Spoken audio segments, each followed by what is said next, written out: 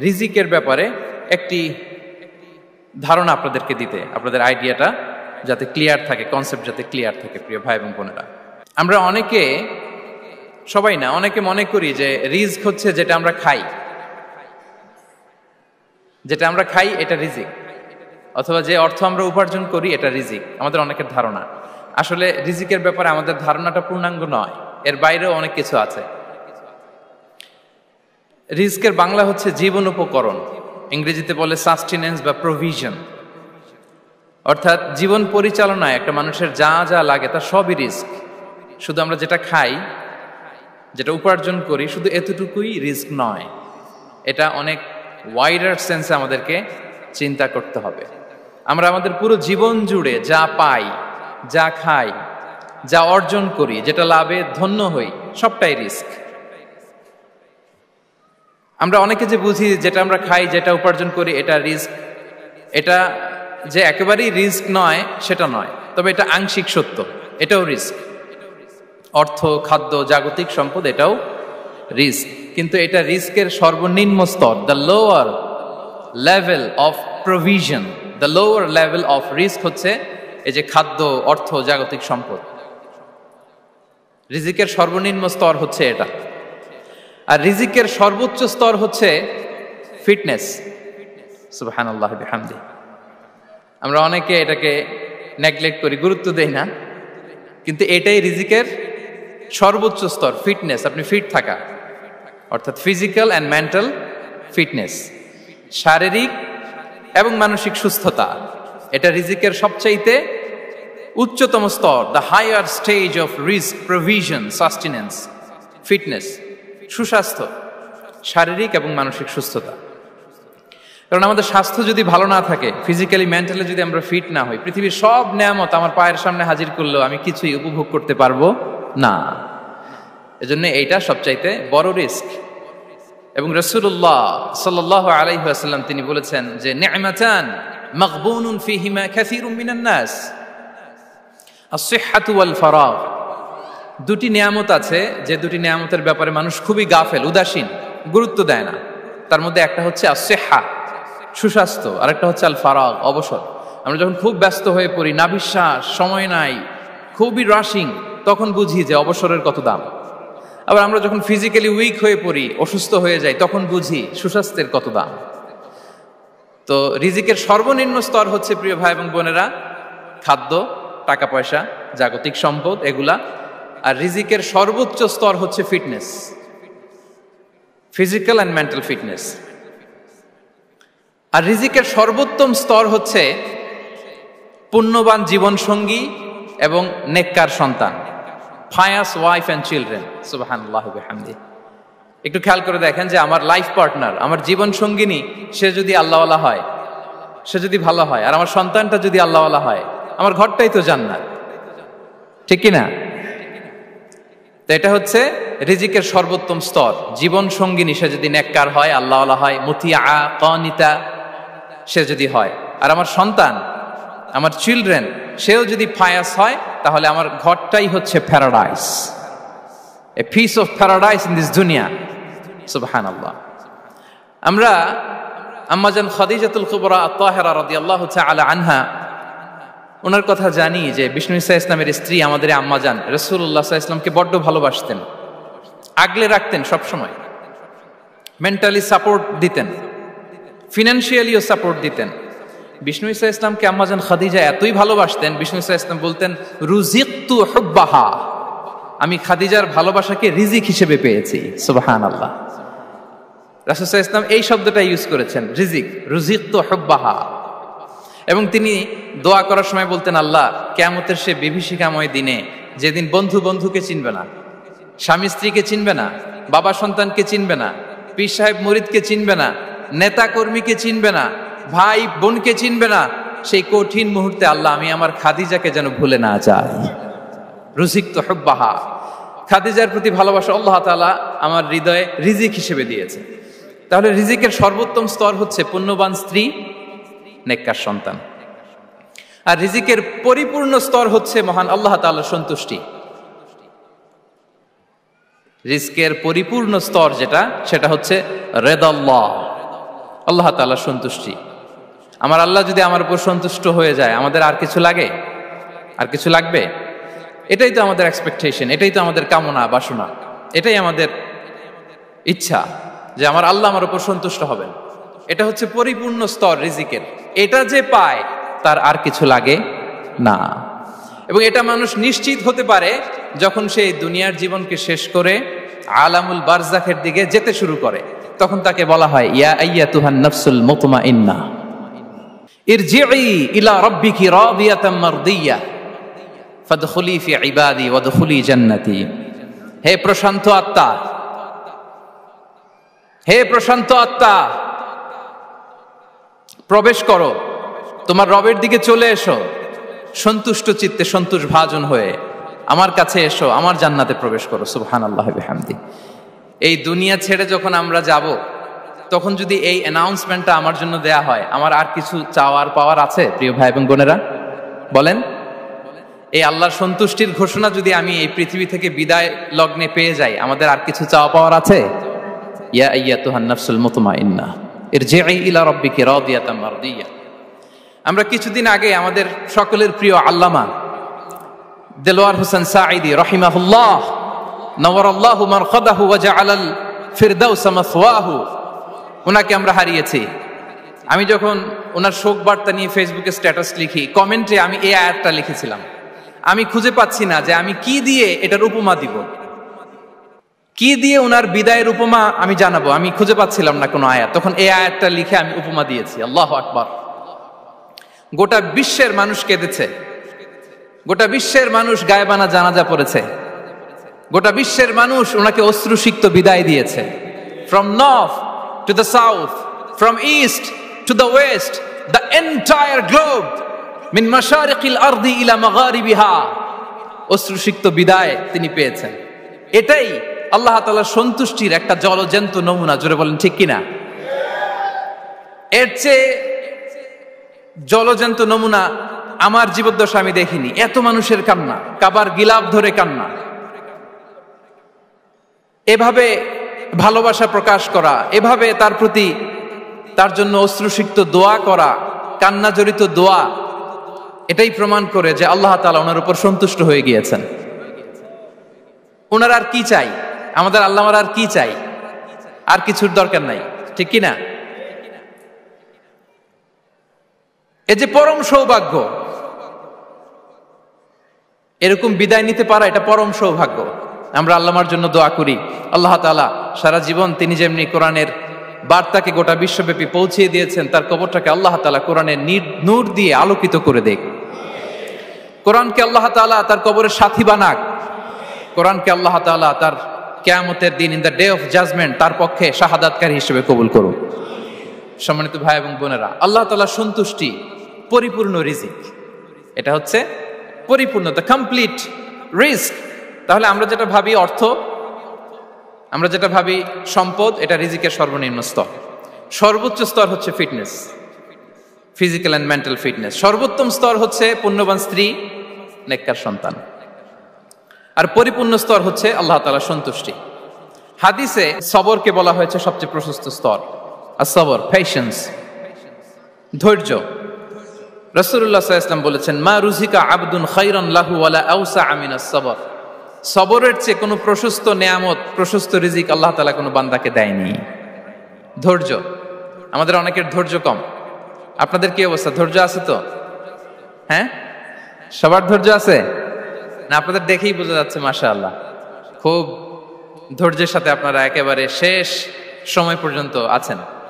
তো এই ধৈর্যের প্র্যাকটিসটা আমাদের করতে হবে।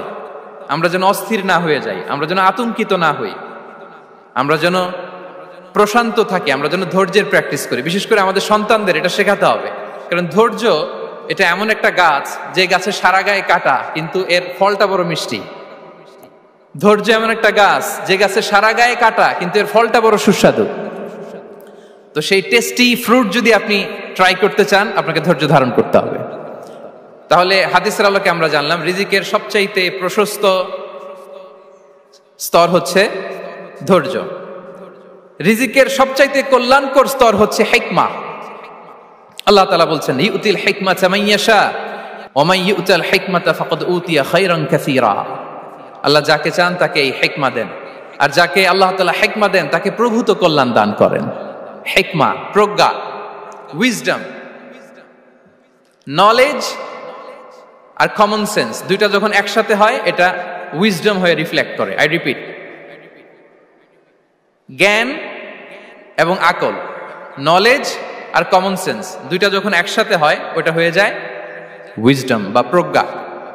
কখন কোথায় বলতে হয়, কেমন ভাবে বলতে হয়, কি করে বলতে হয়, কখন কি করতে হয়, কতটুকু করতে হয়, কোথায় যে থামতে হয়, এটা জানার নাম হচ্ছে হিকমা।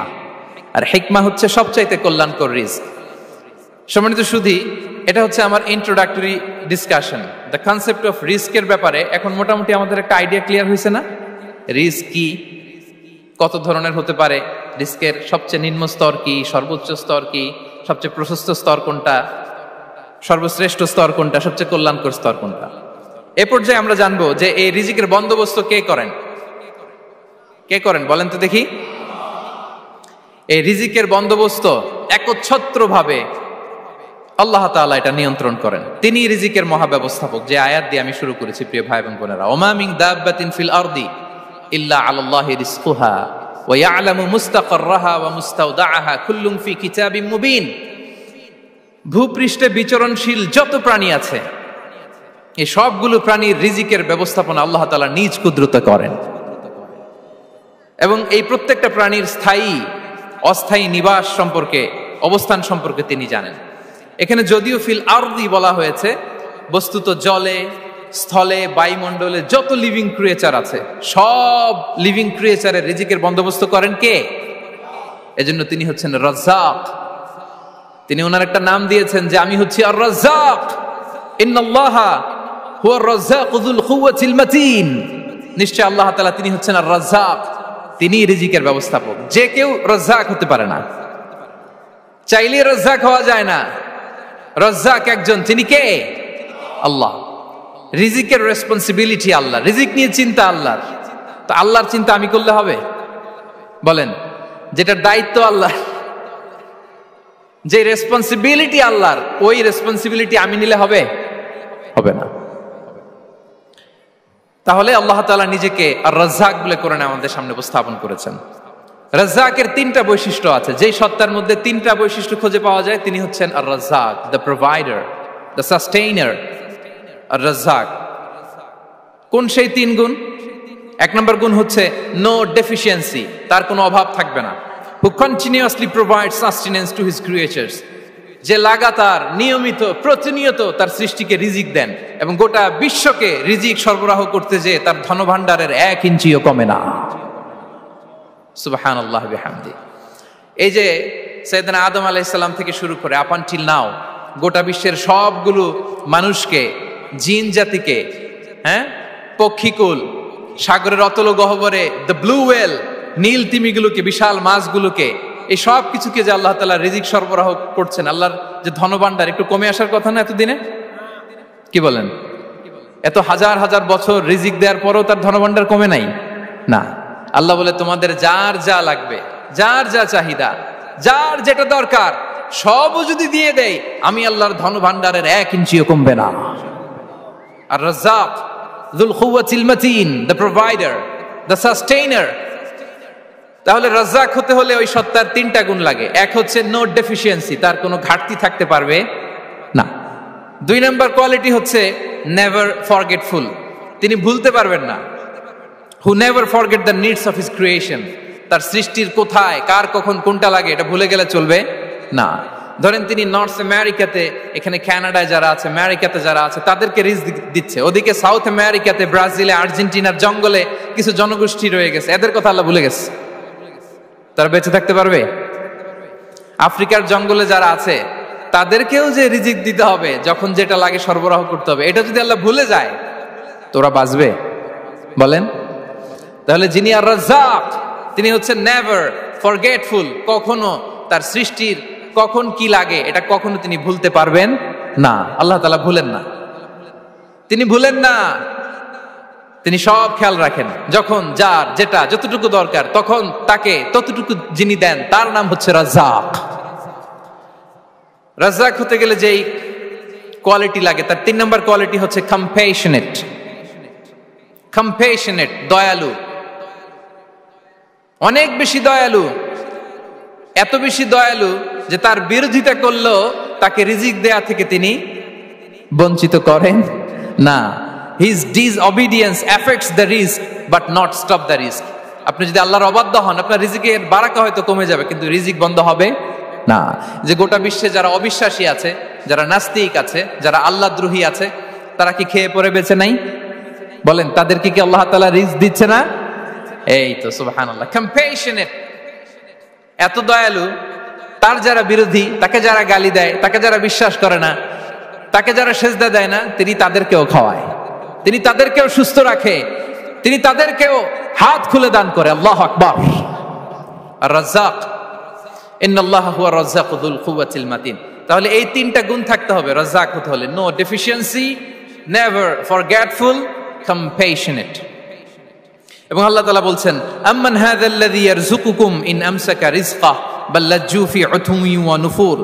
সূরাতুল মুলক আল্লাহ বলেছেন যে তিনি যদি রিজক বন্ধ করে দেয়, তাহলে এই রিজক তোমাদেরকে কে দিবে? আছে কেউ দেয়ার?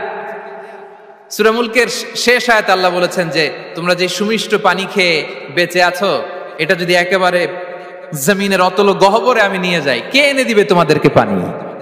কে এনে দিবে সুমিষ্ট পানি? এজন্য বিষ্ণু ঈসা ইসলাম পানি খেয়েই তিনি পড়তেন, আলহামদুলিল্লাহিল্লাযী জাআলা হাযাল মাআ আযবান ফুরাতান বিরাহমাতিহি ওয়া লাম ইয়াজআলহু মিলহান উজাজান লিযুনুবিনা। পানি খেয়েই তিনি বলতেন প্রশংসা আল্লাহর, যে আল্লাহ তার অসীম দয়ায় এই পানিকে সুমিষ্ট করেছেন, আমাদের পাপের কারণে এই পানিকে তিনি লবণাক্ত করে দেন নাই। সুবহানাল্লাহ। ইন্নাল্লাহা হুয়া রাজ্জাকু যুল কুওয়াতিল মাতিন। তিনি হচ্ছেন রাজ্জাক। এজন্য সম্মানিত ভাইরা, রিজিক নিয়ে আজকে থেকে টেনশন বন্ধ করে দিতে হবে। আমাদের কাজ হচ্ছে চেষ্টা করে যাওয়া, প্রাণান্তকর প্রচেষ্টা করা, আমাদের রোলটা আমরা প্লে করব, কিন্তু রিজিকের ফয়সালা করবে একজন, তিনি কে? ইন্নাল্লাহা হুয়া রাজ্জাকু যুল কুওয়াতিল মাতিন। এটা নিয়ে চিন্তিত হওয়ার কিছু নাই প্রিয় ভাই এবং বোনেরা। আমরা আমাদের মায়ের পেটে থাকতেই এটা ফিক্স হয়ে গিয়েছে। আমরা যখন মায়ের পেটে ছিলাম, ইন্না আহাদাকুম ইজমাউ খালকুহু ফি বাতনি উম্মিহি 40 ইয়াওমান সুম্মা ইয়াকুনু আলাকাতান মিসলা যালিক সুম্মা ইয়াকুনু মুদগাতান মিসলা যালিক। আমরা যখন মায়ের পেটে ছিলাম 40 দিনে আমরা নুতফা স্টেজে ছিলাম, 40 দিন আমরা আলাকা স্টেজে ছিলাম। আমার মায়ের জরায়ুর দেয়ালে আমি লেপ্টে ছিলাম। 40 দিন আমরা ছিলাম এ ভেরি লিটল ফ্ল্যাশ, একটা ছোট্ট গোশতের টুকরা। এরপর আল্লাহ তাআলা ফায়ুরসালু ইলাইহিল মালাক, মায়ের পেটে একজন ফেরেশতা পাঠালেন। ফায়ানফুখু ফিহির রূহ, he breathed into him the spirit, তিনি রূহের ফুৎকার দিলেন। ওয়া ইউমারু বিআরবা'i কালিমাত, 4টা জিনিস তখন লিখে দেয়া হলো। বিকাতবি রিজকিহি ওয়া আজালিহি ওয়া আমালিহি ওয়া শাকিয়ুন আও সাঈদ, তার রিজিক কি হবে লিখে দেয়া হয়েছে মায়ের পেটে যখন ছিলাম। আপনারা তো এখন চিন্তা করতেছেন, চিন্তিত, কিন্তু মায়ের পেটে থাকতে আল্লাহ তাআলা এই রিজিককে ফিক্স করে দিয়েছেন। সুবহানাল্লাহি ওয়া বিহামদিহি। এবং যে রিজিক আমি আমার মায়ের পেটে থাকতেই আল্লাহ তাআলা লিখে দিয়েছেন, সেই রিজিক ভোগ না করে আমি কোনোদিন মরবো না। বিষ্ণু ইসলাম আমাদেরকে জানিয়েছেন, তোমার জন্য যে রিজিকের বন্দোবস্ত, যেই অ্যালটমেন্ট আছে, সেটা ভোগ না করে, উপভোগ না করে তুমি মরবে না। এবং সেটা আপনি উপভোগ করবেন, আপনার কাছেই আসবে। ধরুন আপনারা যে ফল আমেরিকাতে খান, এটা কি আমেরিকায় চাষ হয় ফল, নাকি কানাডা মেক্সিকো থেকে আসে? কোত্থেকে আসে? কোত্থেকে? এখানেই হয়, আবার বাইরে থেকেও আসে। Okay fine. লেটস সে আপনি যেই অ্যাপেলটা দিয়ে আজকে ব্রেকফাস্ট করলেন, যে অ্যাপেলটা আপনি খেলেন, এটা মেক্সিকো থেকে এসেছে। ওই অ্যাপেলটা যখন কুড়ি অবস্থায় ছিল, মুকুল অবস্থায় ছিল, তখনই ওটার মধ্যে আপনার নাম লেখা। এর মধ্যে কত পাখি এসে ওই গাছে বসেছে, কত মুকুল নষ্ট করেছে, ওইটা নষ্ট করে নাই, কারণ ওইটা আপনি খাবেন। ওইটা পুষ্ট হয়ে সুন্দর একটা ফল হয়ে ইম্পোর্টেড হয়ে এটা আমেরিকাতে আসলো, আমেরিকার বাজারে। অনেক মানুষ ওই ফলটা সুপার মার্কেটে যে ধরে চড়ে নেড়ে আবার রেখে দিয়ে চলে গেছে, নেয় নাই। ওইটা সে খাবে না, কারণ ওইটা আপনার রিজিকে লেখা। ওই ফল আপনি নিয়ে আসলেন, বাসায় অনেকে অ্যাপেল খাচ্ছে কিন্তু ওই অ্যাপেলটা খাবে না, কারণ এটা কে খাবে? সুবহানাল্লাহ পড়তে পারলেন না মজা করে? আল্লাহু আকবার।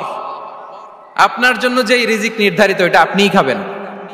এর মধ্যে আপনি মরে যেতে পারতেন, বাসা থেকে অন্য কোথাও চলে যেতে পারতেন, কিন্তু না, মরবেনও না, অন্য কোথাও যাবেনও না ওইটা খাওয়ার আগে।